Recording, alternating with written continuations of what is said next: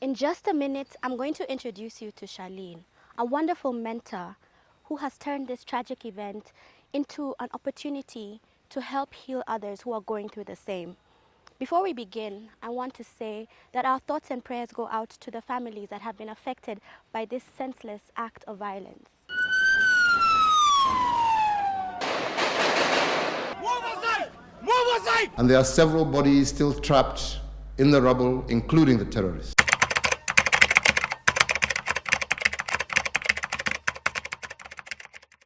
Hi Charlene, how are you today? Hey Gilda, I'm so happy and Yeah. well and glad that you are here today. I'm also so glad that we can sit down and have this conversation. I know it's been 12 years. Can Right? you imagine 12 years? Yeah, 12 years since this happened. And I'm sure for you, it sometimes feels like it happened yesterday, right? Of course, Yeah. of course. It's always, something like that when it happens, it's forever a part of you. Yeah, And so you lose track of time yeah, because time goes so fast. yeah. And why do you think after all these years, now is a great time to speak on it? Is it that you're more comfortable about it? Or what do you think is the reason we are here today? Interesting question. Yeah. I think probably because you asked me. Yes, yes, I did. Because I you pushed. asked me, Yeah. and ask and you shall receive. And, Yeah. I am a great believer that things happen when it's the right time to happen. Yeah. I shared my story a little bit a few years ago in a small way, Yeah. but perhaps it's time now for people to connect with it more and to Yeah. use my story to connect with themselves more. Yeah, and I'm so grateful that you're sharing this story with me. I've known you for a year now, and in the beginning, I called you my mentor because there's so much that you've taught me about trauma, how to handle it.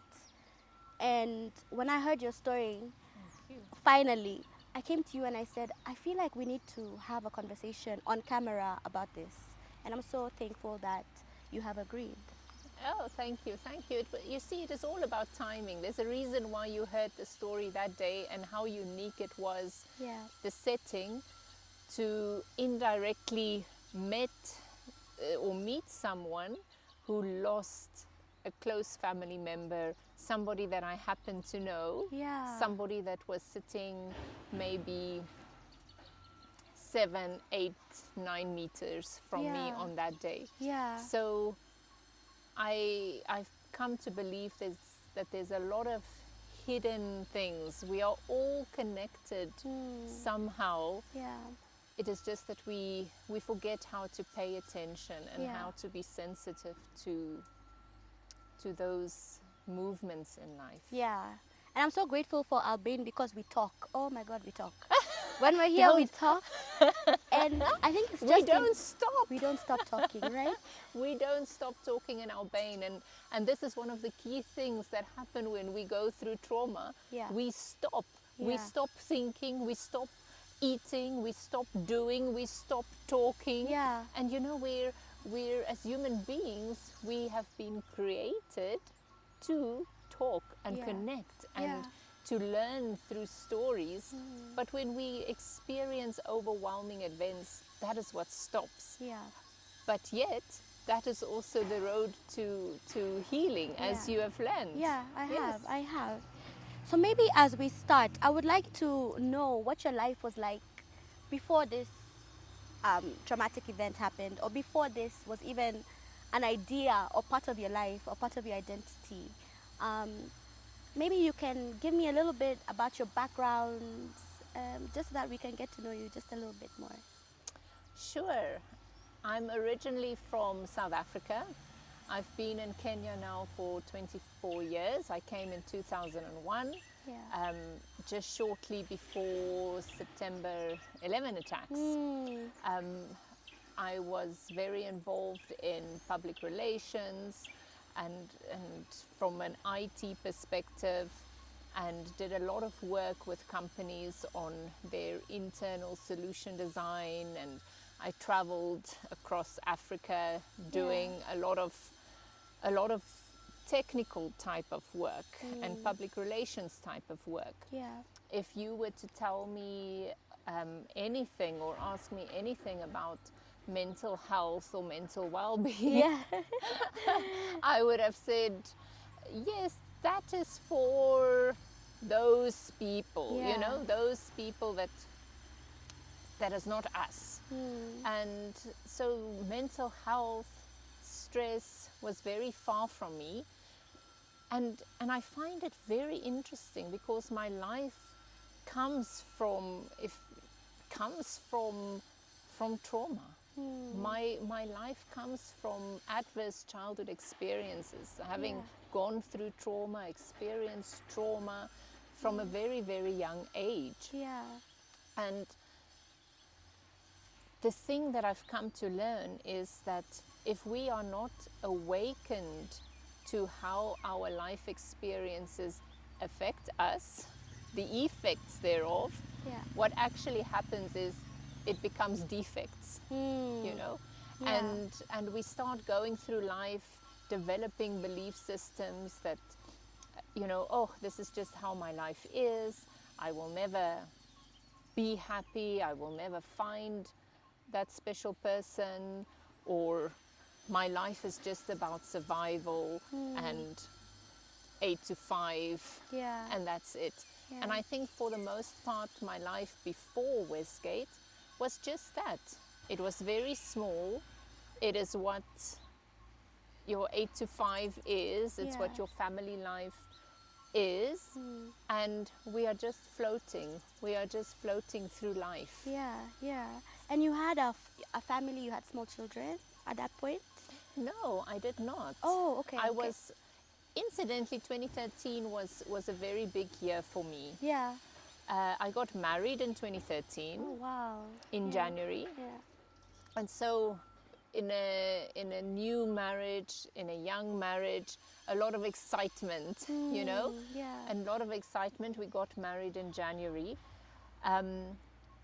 And in May, we conceived. So at the time of Westgate, I was also pregnant, expectant with our first child.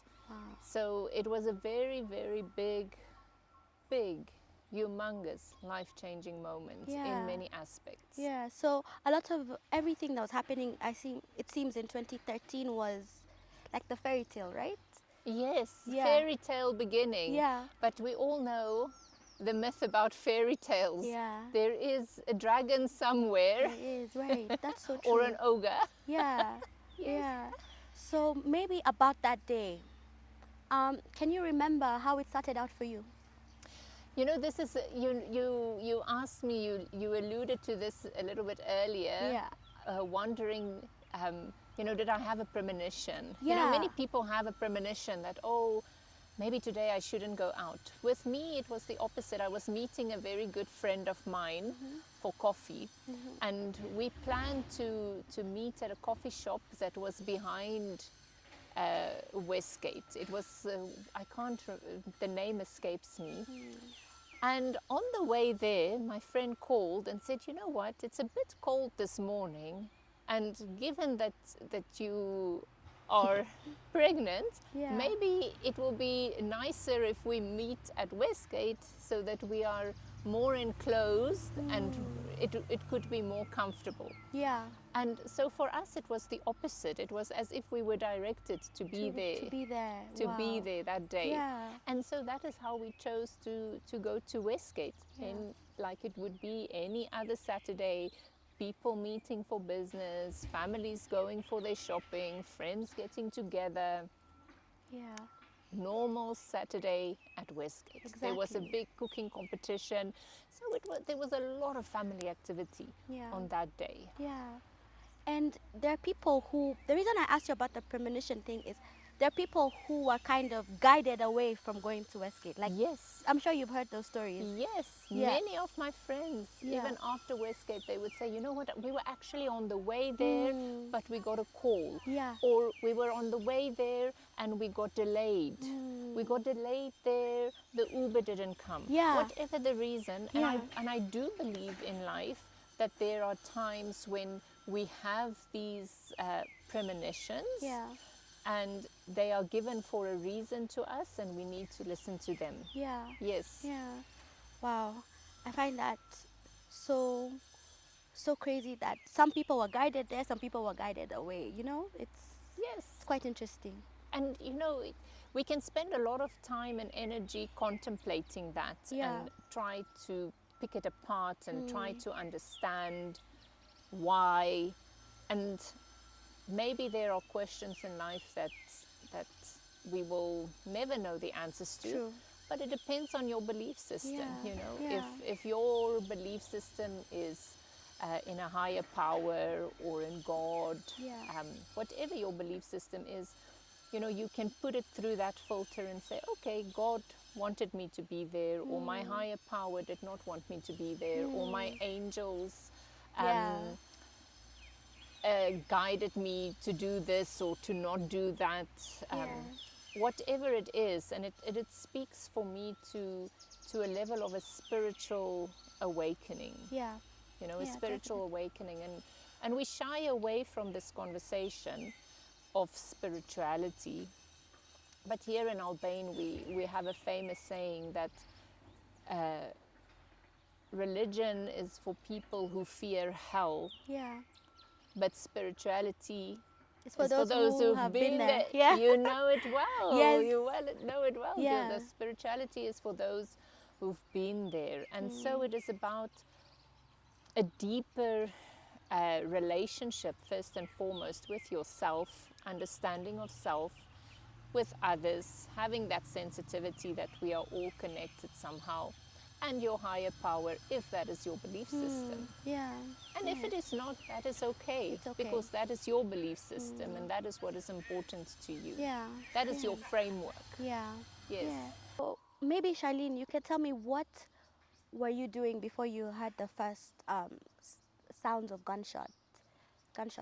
Sure. You know, I was with my girlfriend and we were having a very nice time at Art Cafe. Yeah. And so when we became aware of the gunshots, we were very calm, to be Yeah. honest. We didn't think that it was anything very serious, although my girlfriend did indicate that this is not a normal situation. Maybe we should be a bit more vigilant and aware. I called my husband to say, you know, it is strange. We are hearing gunshots. Yeah. And I remember the feedback, even, you know, the patrons were not even getting nervous. Yeah. We were all just continuing with the morning. Yeah. And there was a notion that maybe the bank is being robbed. So since the bank is far from us, Yeah. people just continued to sit Wow. Yeah. until things were really not normal anymore. And I will never forget, Hilda, I was sitting with the steps coming out of Art Cafe, and they had these big windows, people might remember. And I remember looking back and just seeing that these windows were no longer there and all the shattered glass on the floor. Yeah. And so we knew that this is no longer a situation in the bank. Yeah. And it was very horrific to become aware and seeing not only the glass but also people falling down. Yeah. Yes. I would think that would also be confusing. By the time you piece together what exactly is going on, it's not something that you just you go straight, we're being attacked, or I'm sure it's a bit confusing to just see things that are not making sense around you. It is exactly as you describe it. It is as if things start slowing down, but what my eyes are seeing is not making sense in your mind. Yeah. Because before Westgate, it was an unheard of thing, you know. It is this is not a possibility. So if it's not a possibility, we cannot interpret that this is happening. Yeah.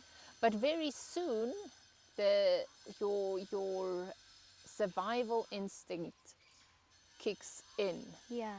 And those who could run, those who were not hurt at that stage, did started running. So it was very, very chaotic. You are running, but you don't know from what, from who. You don't Where they know are. where it is coming from. Yeah. And I remember I hid behind the counter, the bar counter in the art cafe, and I was trying to just understand what is it, what is happening, what is going on. And I looked around me and I saw like little fireflies, you Yeah. know, in there. Yeah. Still, your brain does not comprehend. Your brain does not comprehend, and your body is just moving, but Yeah. you are not really aware of Yeah. what is happening and how it is happening and how fast it is happening or how slow it is happening. Yeah. I tried to, I remember running into the kitchen, opening the cupboards. My instinct was to climb into the cupboards, and I Yeah. was throwing out bowls and pots, but then I realized I could not fit into the cupboard Yeah. because I'm too big to fit into the cupboard.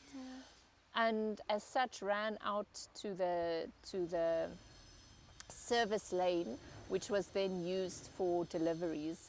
And we found quite a few people standing outside. One of the gentlemen who was there was actually the manager of Art Cafe. And we said, the road is 10 meters from us. Let's go to the main road. Yeah. So when people tried to go to the main road, we couldn't because there was active shooter on the patio. Wow. So with this active shooter there, the decision of the group was to run into the basement. So when we entered the basement, it provided a temporary relief of safety. We have arrived somewhere where we cannot be found, we cannot be harmed. Sadly, this was not the case because shooters had come in from the other side of the going into the basement. Yes. And people were being attacked in their cars as they were trying to leave. And so the next course of action was to hide under the cars. So many people started going under the cars, hiding under the cars. Yeah. But again, I could not do that Yeah, because I 'cause you could were not. I pregnant. was pregnant. I could not fit under the cars. Yeah. At this point, we became aware that there were more things going on than what we thought, because we were now very near going into the mall from the inside. So Yeah. you could hear a lot more gunshots. You could hear explosions, and still not understanding what is going on. Yeah. And in this chaos, there was a gentleman, an Askari, that was in the basement, and he was calling people to a stairwell, a hidden stairwell. I was never aware that there was a stairwell in the basement of Westgate. And so the people that he could find and could signal, we all went into the stairwell. How many were you, do you think, moving through the basement and, you know, the stairwell? In my memory, Yeah. and I would not want to be held to it, I would say we were easily between 50 and 60 people. Wow. In the basement. We Okay. were a lot. Yeah. We were quite a few. And I remember there was a mother that I saw with her young children, holding her children. So it was a mixed bag of goodies in the stairwell. Yeah. So when we got into the stairwell, the decision of the group was, let's go up. Surely if we go up, Wow. things will be better. So we started climbing from the basement, going up as fast as we could. But it was a very weird experience, because in the stairwell we could feel the vibrations of the explosions. which later we came to know was grenades, Yeah. right? So we could feel that this is not right. And it is interesting how you just intuitively know what it is that you're feeling in a situation like Okay. that. Yeah. So when we came to the top, we couldn't come out because we You know knew what what happened. was waiting for you on the other side. Yes, Yeah. there was active shooters at the top. Yeah. So the decision was made to close the door and to lock it from the inside. Yeah.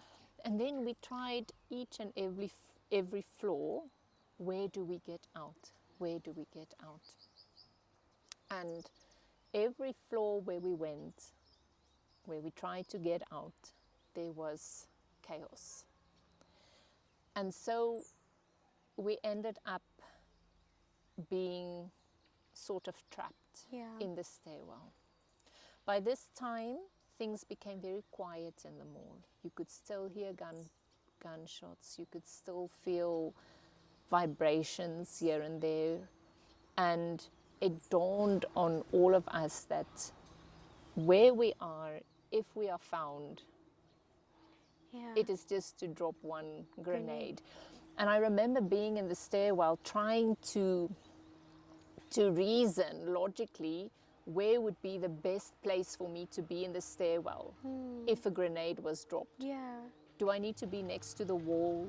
Do I need to be next to the railing? Do I need to stand? These are do your I need to options. do I need to sit? Yeah. What do you do? Where do you go? So these were some of the thoughts that went through my mind. Yeah. At the same time, through it all, trying to call, continuously calling my husband to try and find out what is going on. We don't understand. Yeah. Do you have any information from the outside? Yeah. And I remember in the last conversation that I had with him, he just told me, I don't know how to tell you this, Wow. but it is Al-Shabaab. Oh my God. I can't imagine. And I think it was so unbelievable. When you heard those words, what was your gut reaction? Like, how did you feel just hearing the word Al-Shabaab? It was unbelievable. Yeah. And it is in that moment as if you just feel like it is unbelievable. Yeah. There is no way out. Yeah. There's no way out. And because now, you know, the images of 9/11 comes back. You know, you start seeing all the different parts of the news Yeah. and the stories of Yeah. of this particular group and others. And so he told me that another dear friend of mine is going to call me, and I stay on the phone with her. She was a tremendous strength for me in that time, and she kept speaking to me on the phone to tell me, just stay where you are, stay down, stay calm. But now, as this information came to me, it also came to the whole group. And many people started panicking. Yeah. Many people started calling Yeah. loved ones. Many loved ones were starting to call the people that they are concerned about and that they care for. Yeah. Now, this created almost a sort of a conflict in our group, because when our phone rings, it makes noise. That's true. Yeah. It makes noise and it makes light, Yeah. right? Yeah. And so when it reached a point when the lights were cut, the power was cut, the fear of the group, and rightly so, was that the noise of the phones and the light of the phones will give away our location. Yeah. And something about trauma is our thinking brains switches off, Gilda. Yeah. And to try and convince somebody who is in an absolute panic to put off your phone, we have to switch off the phones. Yeah. And for that person, my phone is my lifeline. So you can just imagine the tension in the group, the conflict in the group, and nobody really knows what to What's do going on, and what is the way forward. Yeah.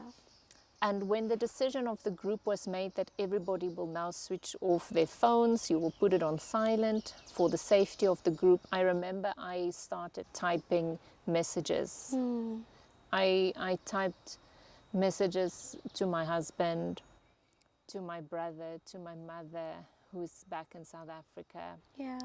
And I think only the message to my husband was able to go out. Yeah. And thankfully the messages I wrote to my mother and my brothers was not able to send. Was it a goodbye message? Yes. Oh, wow. I think at that point I became exhausted. We've been running, Yeah. we've been hiding. You are overwhelmed with fear, hopelessness. Yeah. There is no help coming. You know, your mind starts asking you, oh, who do you think is going to come and find you here? Yeah. How do you think this is going to end? How is this going to end, Yeah. you know? Because we can still hear the gunshots. Exactly. It's Yeah. not ending. Yeah. It's not ending. And I'm sure you're thinking they're shooting at the gunshots are obviously aimed at people, so people are dying. Yes. Yeah. People are dying. Yeah. We have tried to get out, we cannot get out. Yeah. And so I personally reached a point where I sat down on the stairs, and the minute I sat down, I was just overwhelmed with fatigue. Remember, I'm pregnant as well, so already my hormonal levels are not where it should be, and it is just, you know how in the movies, when you watch the movies and they say your life flashes before your eyes. Let me Yeah. tell you, Gilda, it's so true. That actually happens. You start to see yourself as a child. You see it all. For me, that is what happened to me, and I Yeah. was like, gosh, this life is just so short Yeah. that it can just, you know, come to this moment. Yeah. And you have that reflection. You have like, that is what my life was, and this is how this life is going to to be. end. And what is that feeling like, just to come to that realization, like this is the end, and you've had the flashback memory from when you were young all the way looking at your life until this moment? What would you characterize that emotion as? Wow, I think there's so many things we can name it. I think for me it was just an overwhelming thought that it can be over so fast. Yeah. Was this all? Yeah. Was this all? Yeah. Was this all? The Yeah. beauty of it, the ugliness of it. Did I focus on the right things? And the interesting thing is, for me in that moment, Gilda, I was not thinking of the things that I wanted or that I didn't have, you know, the car, the house, the trip, the Yeah. it was not that. Yeah. That didn't matter. The material things of this life did not come into play. It was the conversations that I did not have. It was that last coffee that I will never get to have. That last touch. Yeah. Yeah. It was the connection Yeah. of us Yeah. with one another. Yeah. Even a stranger. Yeah. Because that's why we are here. We have been made to connect. Yeah. Trauma causes us to disconnect. Yeah. And in so much as I saw my experiences, whether they were good or bad, I felt like, I'm gonna miss it. Yeah. It was a beautiful It was life. beautiful. Yeah. I am tearing up not because of sadness, but Yeah. I am overwhelmed by the beauty of life. Yeah, I can feel it. I can feel it. And I'm also It is, thinking, yeah. I don't know how personal this is, but you had a baby in your tummy that you obviously Yes. had dreams and hopes Yes. for with your husband. Yes. I feel like that's an added sadness. That's what's making me also get emotional. Yes, and as I said goodbye, I also said goodbye to her. I wish you could have known this beautiful earth, because it's beautiful. Yeah. And when you see the context of our human experience Yeah. in that short moment when you know it's going to be gone forever, let me tell you, the purpose of life is beautiful. It Yeah. is love, it is connection. And I said goodbye to her, and I said, I'm so sorry that you're not going to see and feel and experience it, but it is okay. Yeah. And the moment, it was so incredible, Gilda. The moment when I accepted this is the end, do you know what happened? An enormous peace came over me. Wow. An enormous, I had no fear. I had no fear. I had no regrets. I just had a beautiful peace. And even in that moment, I just knew that everything will be okay. Whether I continue from that moment or whether we don't continue from that moment. Yeah. Because the purpose of life is love. Yeah. Even in that moment. Yeah. Yeah. And you loved. And I loved, Yeah. you know, and we all love, yet love can also sometimes be a source of great pain for Of course. us. Yeah. But you cannot know love if you don't know pain. Yeah. You cannot know light if you don't know darkness. Yeah.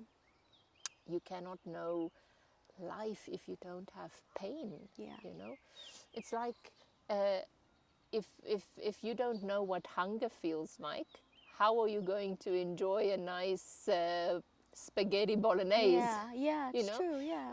So life is all about balance and about finding the balance in your life. Yeah.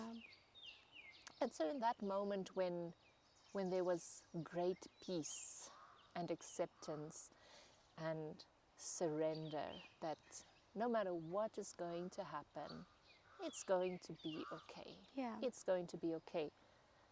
That is when a change in the group also happened. It was And like you all came to the same sort of realization at the same time. we came, all of us, on that realization. But then one amongst us said, guys, Yeah. this surely cannot be the end. Yeah. We have to try. She said, I'm not going down like this. I am not sitting in this dark stairwell. No, yeah. We're going to have to make a plan, Yeah. you know. And sometimes you need that person. Let me tell you, you need one. Yeah, just one. Just one. It'll you know? change your mind. And if you want to know about just one, you Yeah. must ask the South African rugby supporters, you know, not recently, but Yeah. maybe last year, Yeah. when we just need 1 point to win a match. Or, you know, if you're a student, you just need 1% Or Manu to pass. supporters. Or They the know that- menus, they just need one one game. goal. Yeah. You just need that one goal, man. You Yeah. just need one person that will believe in you. You just Yeah, need that's hope, one. right? That is hope. Yeah. And it comes in many forms. It does, it does. It comes in the form of somebody kicking your behind and say, no, man, Yeah.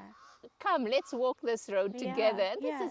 and I believe this is what we've created here at Albane. I love it. You know? Yeah. It's maybe just that one conversation, Yeah. that one thought, that one thing that gives you the gufu to continue, keep going, to keep going. Yeah.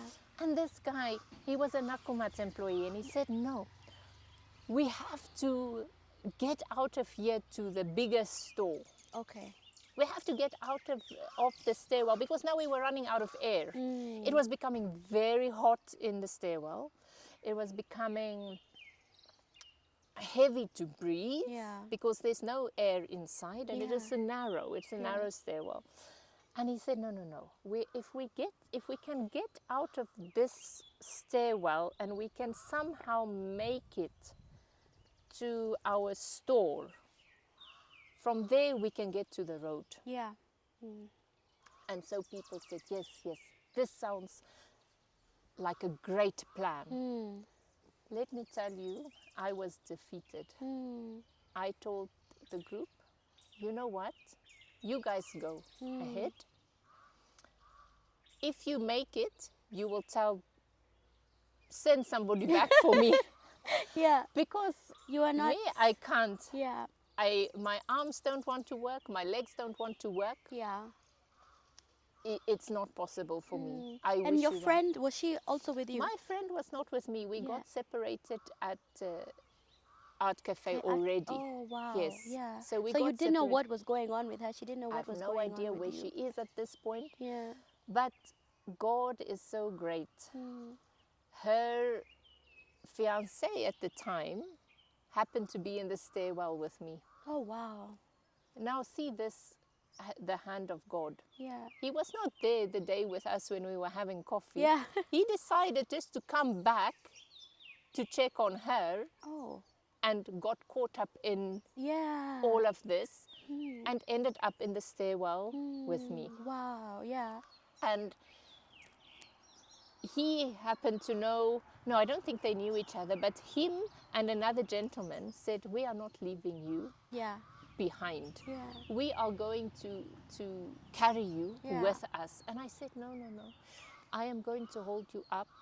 You know, I have a feeling this is not going to be a slow process. Yeah. You guys need to move. You Yeah. need to skooma. Yeah. And you see, then the one became two. Yeah. You see. Yeah. And in life, it is also like that. God The always one, has those. Yes. Those people He's the placed. one becomes two, the two becomes four. Yeah. And Yeah. this is how He designed it, you know, Yeah. solidarity, to be Yeah. there for each other. These two men carried me through Westgate, through the Nakumat. Yeah. It was incredible. The sight was ghastly. We saw people who had already lost their Their lives.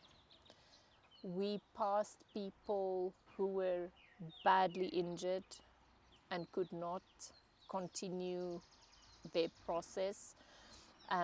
They were shouting out for help when our group started moving. Yeah. Help us, take us with you, Yeah. help us. Yeah. They are making noise. So as our group is running for safety, you know, you have to tell people, keep quiet, Yeah. keep quiet. Yeah. We can't take you, we are Yeah. running. Yeah. And I remember we were like salamanders, you know, running from shelf to shelf because you are still hearing gunshots, but you don't know where it's coming from. And how many people? And how many and where where they are, they are. and you know, where are you going really? Yeah. And thankfully we made it to the storeroom, and I will never forget it. The thing about trauma is it gets stuck in your senses, and these two gentlemen put me on a bale of mumia sugar. Oh wow. Sorry, I don't mean to laugh, but No, wow, yeah. I was put on mumia sugar. Yeah. huh? And let me tell you, that sweetness, Yeah, huh? yeah. I felt like it was going into every pore of my body. Yeah. And I think it's still today, if you were to bring me the Nutramil sugar or Yeah. the Mumia sugar and blindfold me, You would know. I'll sniff for you the Mumia Yeah. sugar. Wow, yeah. So that is my memory of the storeroom, was sitting on Sugar. on sugar. Yeah. I was sitting on this sweet sugar. Yeah. So in the storeroom, very interesting, there was an elevator. So we are sitting, everybody is looking at the elevator, and some men in the group says, people, do you realize that this elevator can open and we don't know who's coming in the elevator? Oh, yeah. Yeah. So very quickly now they started trying to barricade the elevator, so Yeah. that nobody could come out of the elevator. And we sat there, I don't know for how long we were there, just to regroup and exhale and be thankful that at that point we are all still together. And then there were some scouts that went to look for a way for us. And they said, okay, now we have to run to the main road. It's about, oh gosh, I think 100 meters, 150 meters to the main road, Yeah. but we will be okay. Now, when we came out going to the main road, remember there were shooters at the roof. At the roof, yeah, of course. So I remember looking up and you could see The pointing. Yeah. Now shooting down at us. Thankfully, we were in the car parking area where the trucks are. So we used the trucks To hide. And to run like that until now we got to the main road. When we got to the main road, I remember there was an ambulance, there was an interviewer with a camera. Wow, just waiting. Just waiting, asking me what happened. What's going on? And I remember punching this guy. Yeah, I would have. I remember punching this guy like, what are you even normal? Yeah. And things became very quiet for me, a lot of movement of people. And the thing that brought me to my senses in that moment, Gilda, was my feet. My feet started burning like you cannot believe. And I looked down and I realized, my goodness, I don't even have a shoe on. Yeah, yeah. So now I am standing in the tar, the cement of the road. And it's hot. It is hot. Yeah. And it is that burning of my feet that brought me to my senses. And now I don't know where to go. Yeah. And I can't, and there was you see how beautiful, if ever any of your listeners wonder about the existence of a supernatural God or a being, I'm telling you, there is no doubt. So a lady comes to me and she says, my dear, I see your feet are burning. I'm like, yes, it's burning a lot. Wow. And she removes her flip-flop for me. Wow. And she gave her flip-flop to me and she said, my house is not far. Let me take you so that at least you can just sit and I'll give you water. Yeah. And this lady lives on the opposite side of Westgate in those apartments, and she walked with me. She now going barefoot and me in her slippers. Yeah. And we get to the gate and she put me down and she said, I'm getting for you a glass of water. Who can I call? Remember, our phones have been switched off. By the way, I still have that phone with those unsent messages in my inbox, and sometimes I go back and read them. Yeah. And I give her the number of my husband. Please call my husband. Yeah. And she is typing the number in her phone. And she says, I'm sorry, my dear, are you sure this number that you've given me is correct? Because it is bringing my friend from the gym up in my phone. What? Can you imagine? I said, yes, the number is correct. She says, no. What are the odds? What are the odds? What are the odds, Gilda? That day, it was like too much was happening that could not have been a coincidence. It could not have been a coincidence. I had no shoe on. In fact, there is a clip on the news where you can see my shoe in the news, in the art cafe. Yeah. So that's where you left it. That is where I lost it, right? Yeah. Yet I had no cut on my feet. Yeah. And I am telling you, I ran through glass. The windows that were all broken. Yeah. I ran through glass. and a lot of other stuff as well. In the basement. Everywhere I went without Yeah. a shoe, Yeah. but I was not aware of that. Yeah. I was only aware of that when my feet started burning. Burning, yeah. So this lady calls, and my husband picks up and she tells him, I am with your wife. So now I've not had contact with my husband for maybe a good 2 hours. And Since it's phones interesting off. that you talk about that. What does he say he was going through from the minute that he found out what was happening in Westgate, and that you were in there with your friend, and now it was an Al-Shabaab attack? What was going through his mind, and what was he doing at that point? I think he was like any loved one. He was trying to fight to get into the building. Yeah. But it was not allowed. Yeah. It was not allowed, of course, for obvious reasons.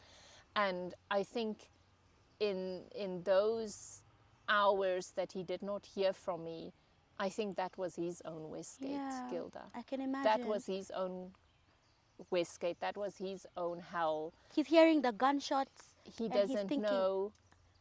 And for everybody who was there that day, I think that is what they went through. Even people who were not there, Yeah. who were not on the outside, who were not on the inside, not knowing. It was tragic, I think, yeah, for the whole country for a minute. Not for a minute, everybody stopped.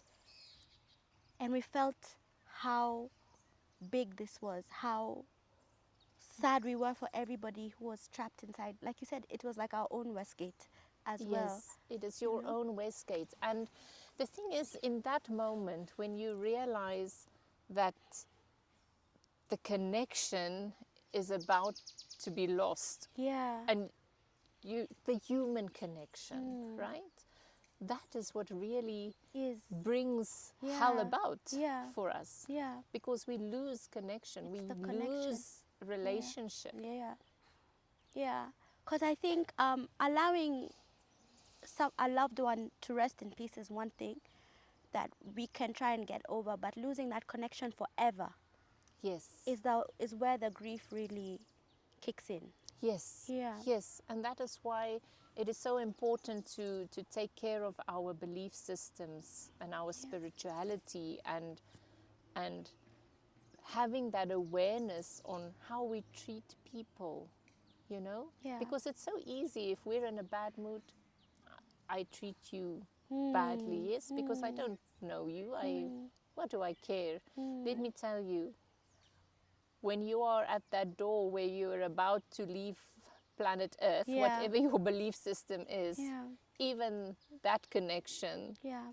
matters in Yeah. that moment, Yeah. because it's a lost connection. And so I believe he went through his own hell in the not knowing. Yeah. And for those who did lose their lives and their loved ones, it's an unbearable pain, because it was a brutal, senseless way Traumatic. to go. Traumatic Yeah.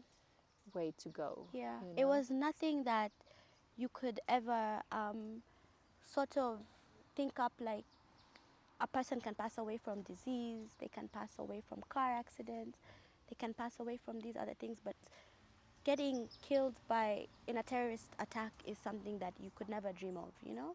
And up until that point, it was just unheard of.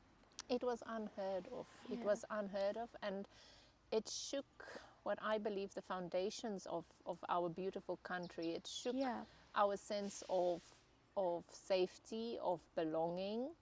But I also believe it reconnected. It reignited a connection amongst our people Yeah. that was so needed and timely. Yeah. If you look at the aftermath, how people came together to help and to support, it was incredible. Yeah. It was incredible, and that really speaks to the resilience that Kenyans have. Yeah. Yeah. And I believe that even now they have it. Yes. So let's talk about the aftermath, right? For you, as you went home that day? Because I'm guessing you can't go home and sleep like it's just another day. Like this Oh, is I didn't go home, Gilda. Yeah, I didn't go home. yeah. Because by the time my husband came to me, the baby was now also saying, guys, I don't know what's going on. I don't know if I should be out or in or, Yeah. What's or happening? what's happening, what's Yeah. up. Okay. So things were not very well. I remember my tummy was going like popcorns, yes. Yeah. And so no cars was allowed in the vicinity of Westgate. So my husband had to run up and find one of the security companies, I believe it was Securix car, who agreed to rush us to the hospital. Wow. So we went to Aga Khan Emergency, who, by the way, received, the teams were very well prepared. But when I arrived at the hospital, Gilda, I still wanted to climb in the cupboards. Wow. So I was not... You were not safe. I was not safe. Yeah. I was telling the people, what are you doing? Everybody should hide. We have to get away. Just hide. And I remember I was opening the cupboards and I was wanting to throw things out, and I was trying to get into the cupboards. Yeah. And because I was pregnant and of course in a state of shock, the nurses and the doctors on duty had to liaise with my doctor to understand what to do, what not to do. And it was just a very, very, very interesting experience. And I remember at one point, the nurse said, well, now you're going to have to speak to your doctor because you are not able to calm down. And my doctor, bless him, he said, listen, Charlene, if you are not going to calm down right now, we're going to have to inject you to calm you down. And that is not going to be good for the baby. So you're going to have to try. Yeah. And so I reluctantly agreed to get on a bed and to try and calm down.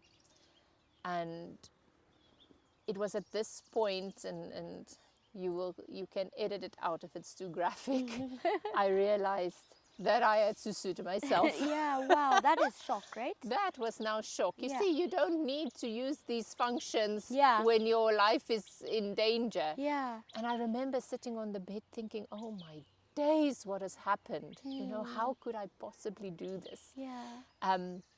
But this is what happens. Your It body is normal. was, Yes. Yeah. The body gets rid of everything that it doesn't need. Yeah. It just needs to survive. Yeah. And so after a few hours, I went home in the night. I went home and I just slept. You know, I think when we go through such experiences, the best thing that you can do for yourself is to sleep. And of course, the doctor had prescribed me a sleeping aid. Yeah. The next morning when I woke up, I remember telling my husband, do you know, I just want to see our whole family. I just want to see everyone. I don't want to talk. I just want to see. I want to see them. And he called the ones that we could call and could come. And that was my experience of Westgate. But that was also just the beginning of what became 2.5 years, almost 3 years of living like a hermit, because I developed a belief system, just like when I went to the hospital, that I am not safe. Yeah. And I need to hide. And I really couldn't leave the house. I became crippled by fear, by panic attacks, by anxiety, wild imaginations, just a belief system that your time is up at any moment. Wow, that is know? scary, yeah. So, and this is, as I've mentioned to you earlier, this is exactly what trauma does. It's designed to make you stop living, stop doing what you need to do, stop creating, stop whatever, Yeah. you just stop. Yeah. Yeah. And do you think that, you see, because of the how the situation was, is that you were put in a situation where it was so out of your control, where you couldn't do anything. Do you think that that is what made you want to kind of hide, because you had control of your house, being safe in your home? Do you think that's part of the reason as to why the trauma affected you in a way where you wanted to just stay inside? For sure, it's a combination of fear, it's a combination of control. You know, one of the things that we teach at Albane is we teach people what happens after the shock and the numbness and the denial of whatever your situation is. We become overprotective of loved ones, even Yeah. of self, Yeah. and we completely lose balance. You know, we completely lose balance in our life, and that overness does not bring life. It does not. Yeah. It does not bring doesn't, life. yeah. It brings death Yeah. again to your relationships, to beauty, to breath, to Yeah. whatever it is. Yeah, your freedom. Your freedom, Yeah. your friendships, your Yeah. socialization, your purpose. Yeah. Your purpose. You know, I couldn't go back to work. You know, I told you I was in the IT Yeah. field. Yeah.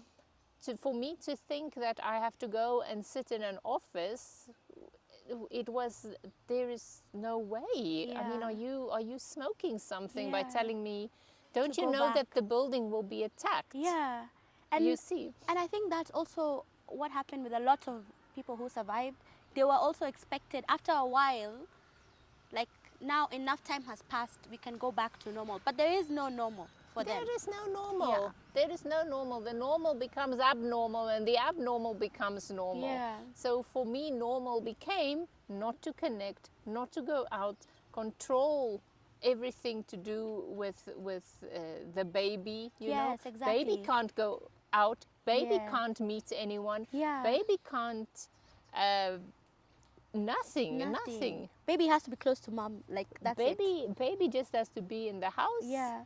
And that's it. And did anyone ever offer to help any one of you survivors just to kind of go for counseling, you know, or just to have some sort of support that was psychological? To my knowledge, no. There was never a support group Yeah. or anything like that. I do believe, just like in the case of Dusit, you know, fast forward from Westgate, and as you know, the work that we do here in Albane, Paul and I was involved with Dusit. We went there, and Yeah. I saw at that time that there were some tents put up where people could go to speak to a counselor. But when we really understand trauma develops years Yeah. from the yeah. event. It is not, this thing has happened to me. Immediately go. 2 and talk hours to this. later, I've spoken to a counselor, Yeah. and now I'm cured from the good. trauma. I'm good to go. Yeah, No. no. You have to process what happened to you first. And you know, and you can stay in that stage for years. Yeah, That yeah. shock, that numbness, that Yeah. denial, you know, that inability to reconnect, to move on with your life. Yeah. It becomes an impossibility. Yeah. And so this is the appreciation that I have for us human beings, and this is why I do what I do today, Yeah. you know, is Yeah. to give people, if I can be that one, you know, Yeah. I am not the perfect answer, but if I can be that one, and if I don't know, I can connect you to another one, or any member of our team, Yeah. you know, even if Yeah. I can just connect you to yourself. Yeah. Yeah. That is the one step that Yeah. that I can bring Yeah. to help people understand how to heal from their life Yeah. experience. So what made you decide to heal, actually? That's, I think, one of the most important questions through all of this, because you've gone through something very traumatic. Now you are living in the aftermath of it. You've seen that the abnormal is now what is normal, and you've said, okay, this cannot continue. I need to get my life back, or if it's not getting it back, then starting a new life, you know, whatever it may look like after this? What made you decide? Goodness, if ever, even if I had that option of starting a new life, you know, the thing is, a traumatized brain cannot make any new ideas. Yeah, it's true. A traumatized brain cannot make any new ideas. You don't believe that you are worthy. Yeah. You don't believe that it is even possible. Yeah. So I knew something had to give, because my marriage was at stake. Yeah. I can tell you now, I was not the most pleasant person to be around, Yeah. you know, Yeah. constantly criticizing, constantly finding fault, constantly trying to get my nose into things that my nose should not be in, you know, having an opinion about everything. Yeah. Becoming unkind, you know, to other people, becoming unkind to me, myself, and I became very sick. Yeah. Oh my goodness. My handbag, if you opened it, I could run a side pharmacy, you know? Yeah. All the different types of Something pain. for this, something for that. Yes, Yeah. something for the happiness, something Yeah. for the pain, Yeah. for all the types of pain, Yeah. for all the types of Anxiety, hormone. Yes, sleep. everything, Yeah. kila kitu. Yeah. A pharmacy is with me at all time. Yeah. And so the decision, the feeling just comes, is this what it was all about?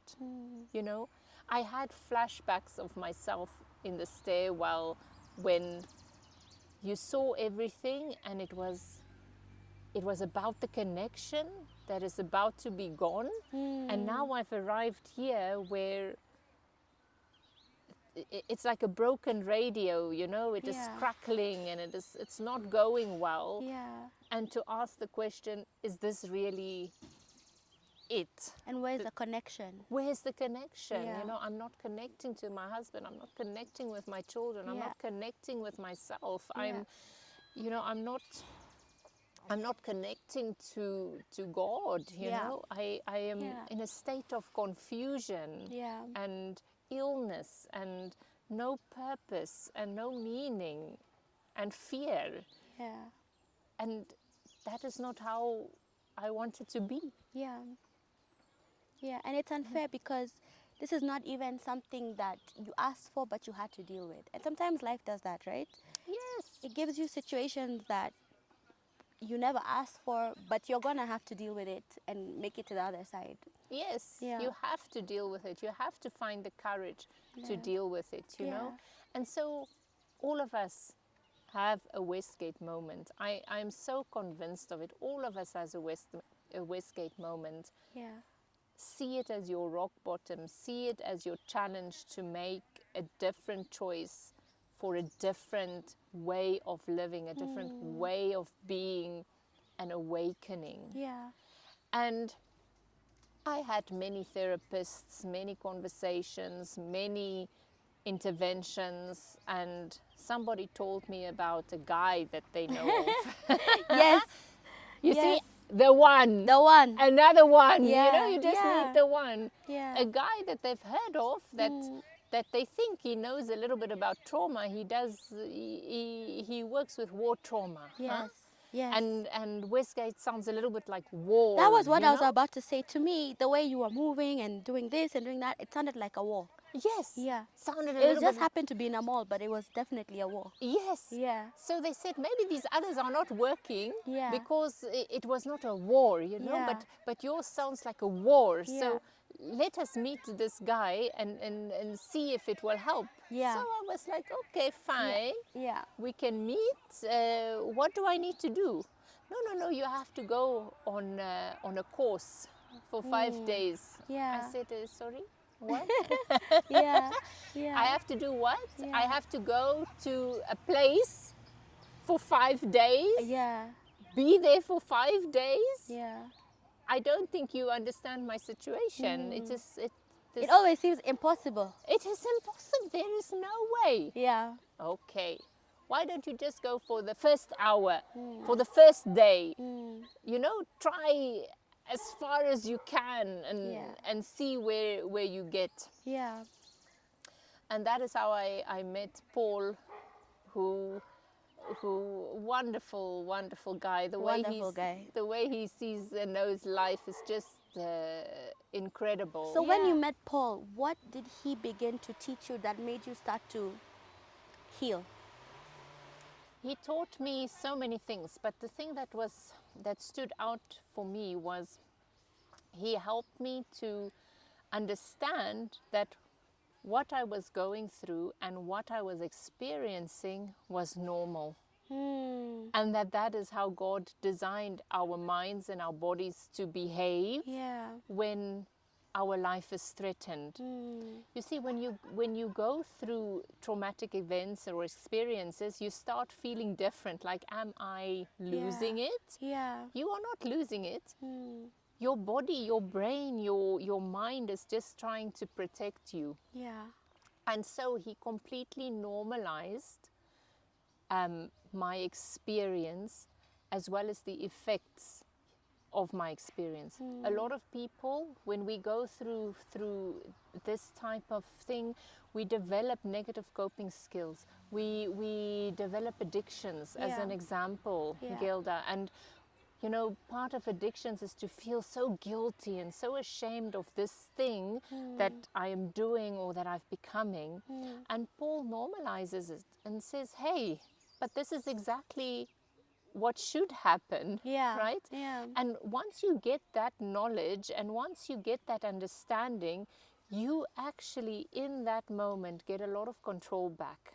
That, oh, okay, this is normal. This is normal. I am not the weird one here. I am just, my body is doing what it should.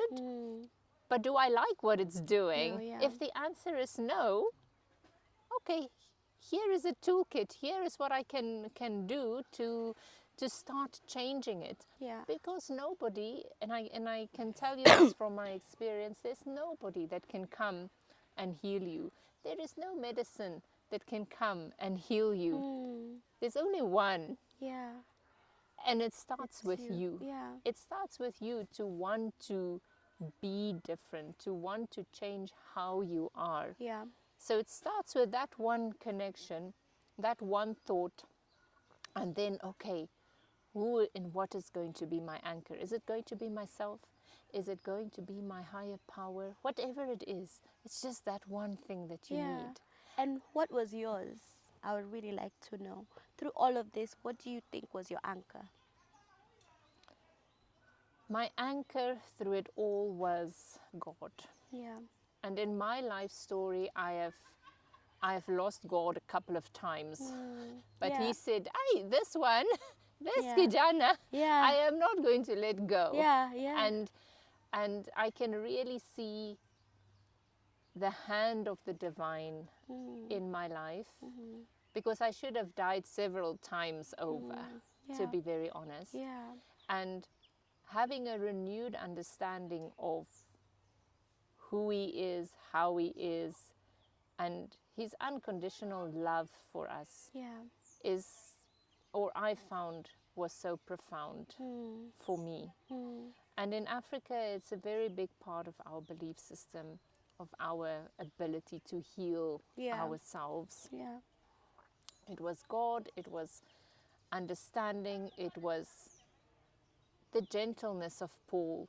You know, till today, and I've known him for a long time, we formed this institute together so that organizations can heal, people can heal. Paul has never asked me, Charlene, tell me what has happened in Westgate. He's never asked you that. Till today.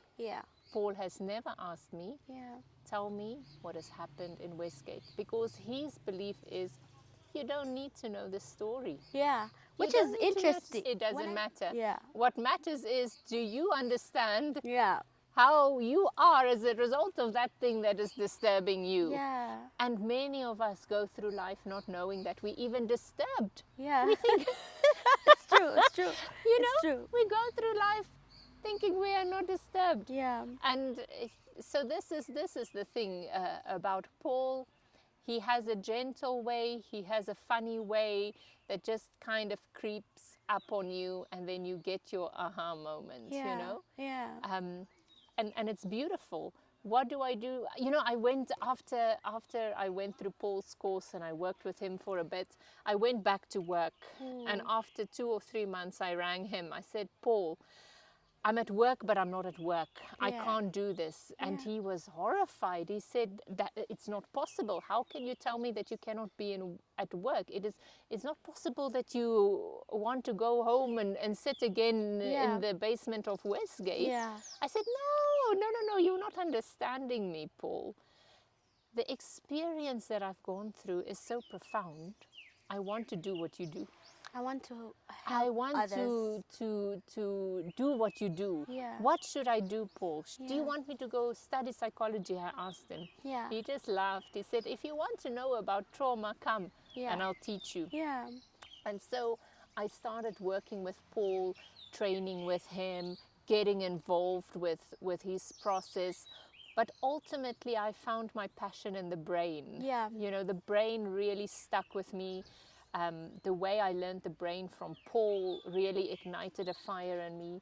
And so I studied applied neuroscience for Wow. coaches. Yeah. And today at Albane, I'm a facilitator in Paul's methodology. I work with individuals, with companies. You know, companies also go through trauma. Yeah. Yeah. But it's just that it's not a Westgate, but Yeah. it comes in a different form. Yeah. So we work with companies, with groups, wherever Is they it that are. it's the same thing that's going on in the brain every time you're experiencing trauma? Whether it's trauma in the workplace, trauma here, it's sort of the same. You see, our organizations are made up out of our people. Yeah. Again, Yeah. the connections. If our people are stressed or disturbed or worse, traumatized, that Yeah. is what they are bringing to your company. Yeah. That is what they are bringing to your decision making. That is what they are bringing to your strategy. That is what they are bringing to your vision. That is Yeah. what they are bringing to your bottom line. Yeah. So if there's chaos here, there's going to be chaos there, Yeah, right? true, true. And so this is what we do. We have a lot of fun. We have coaches, we have psychologists, we have psychiatrists part of our team, Yeah. just to help people develop that insight. Yeah. And You know? do you feel like this is your calling? Like you went through what you went through to be where you are now as a brain trauma specialist when it comes to what's going on with other people who have experienced traumatic experiences. Do you think this is your calling? Gilda, I don't think it. Yeah. I know it. Yeah. I believe that looking back on my life, every single experience that I've gone through, Yeah. especially the negative ones, have prepared me to a large extent to be able to identify with somebody who has a similar story, who has a similar hurt, who has a similar pain.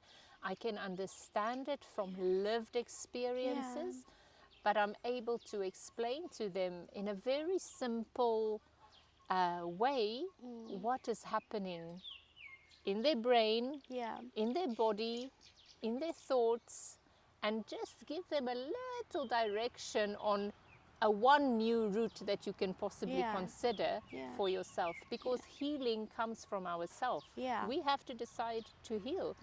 I think even in the scriptures, Jesus, when the lepers came back to him, Jesus didn't tell them, hey dudes, I healed you. Yeah. He said, your faith has healed you. Yeah. And faith has a place in our brain. Yeah. You know, a Yeah. belief that I can get better if I Yeah. want to get better. And that is what makes my work very fulfilling. And I would encourage everyone, even if you think your life is picture perfect, there's always something that we can learn about ourselves, always something that we can do to become better, Yeah. a better human being. And I think there's a perfect way that you guys say it here in Albane. You become a wounded healer, right? A wounded healer, yes, this is Yeah. absolutely Paul's philosophy. Yeah. All of our team are wounded healers, Yeah. because nobody was born perfect. No one, yeah. Nobody's life has been perfect. Yeah. We've all had ups and downs, you know, and my down may not affect you the same way. Yeah. And your down could probably overwhelm me, Yeah, you know, and yeah. that is why we are all unique, and Yeah. everybody deserves to be treated with dignity and kindness, Yeah. no matter where they are in their journey. Yeah. And our tagline here, minor shift, major change. Yeah.